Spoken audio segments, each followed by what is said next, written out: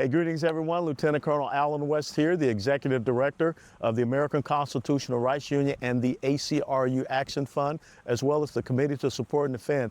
And welcome to this episode, a live episode of Live Free TV from down here in beautiful Brunswick, Georgia, on the southeast Georgia coast. And as a matter of fact, Georgia is my birth state, my home state. A little trivia. Georgia is the largest landmass state east of the Mississippi River, 159 counties. And it was very special for me to be down here. And of course, I rode my motorcycle from Texas down here. It took a couple of days, but it's all good. But it was fantastic to cross over from Alabama into Georgia, going over Lake Eufaula, which is where I learned how to fish as a little boy, and then going through my dad's hometown of Cuthbert, Georgia, Randolph County, and seeing my grandfather's house there, and going through Dawson, Albany, all the places that I knew growing up as a boy down here in South Georgia. But the reason why we're down here in Southeast Georgia, we're supporting an incredible veterans organization called the Golden Isles Veterans Village, because it's so important that, you know, homeless veterans, jobless veterans, veterans that are struggling, that should not be the case. And please look up the Golden Isles Veterans Village, an incredible facility. It's not just homeless veterans, but what they're doing is helping veterans to transition to that next phase, to get their legs back up under them so that they can continue on. When I think about continuing on, one of the great conversations that I had earlier this morning at a veterans muster at American Legion Post number 9 here in Brunswick, Georgia, we were talking about the three groups here in the United States of America that really don't vote very well. And as a matter of fact, we were joined by a 94-year-old Korean War Marine veteran, and he absolutely agreed. But those three groups are the gun owners, and you can talk to Ted Nugent how he's upset with gun owners and hunters. The other group are Christians, because we got to get the body of Christ engaged. And the last group are veterans. And you would think that those three groups would really be engaged and be involved. But so many people, and that was one of the discussions we had at the Veterans Muster this morning, are concerned about the midterm elections. And it comes down to one single thing. Will you get out and vote? Will you be concerned? And when you look at what we're facing here in the United States of America, the ideologies of Marxism, the subsidiaries of Marxism being socialism and communism, and then Islamism.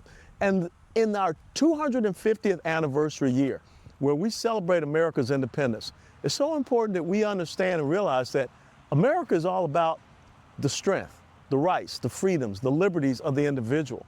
And that is codified in our Constitution, and that is established in the Declaration of Independence.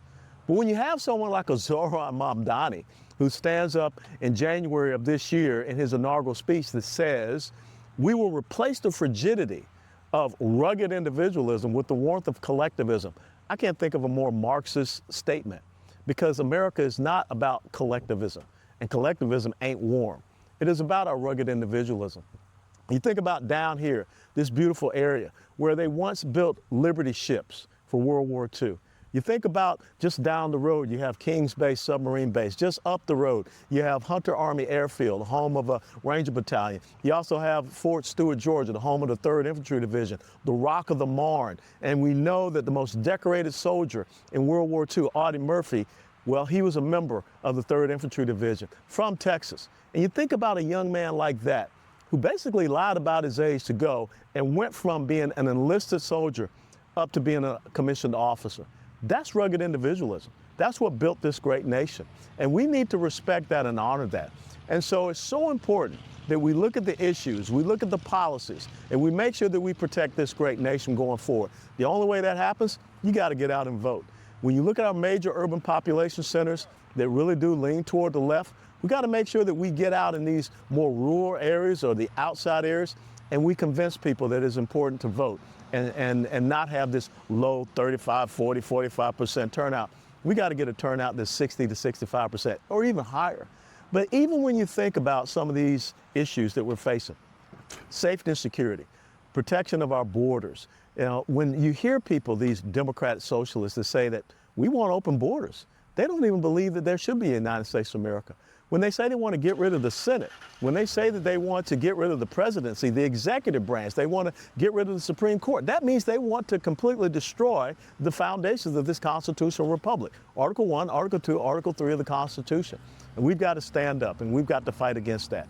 Because if you want to live free, that means you got to participate. You know, one of the great quotes from Plato, was that those who fail to participate in politics will be governed by their inferiors.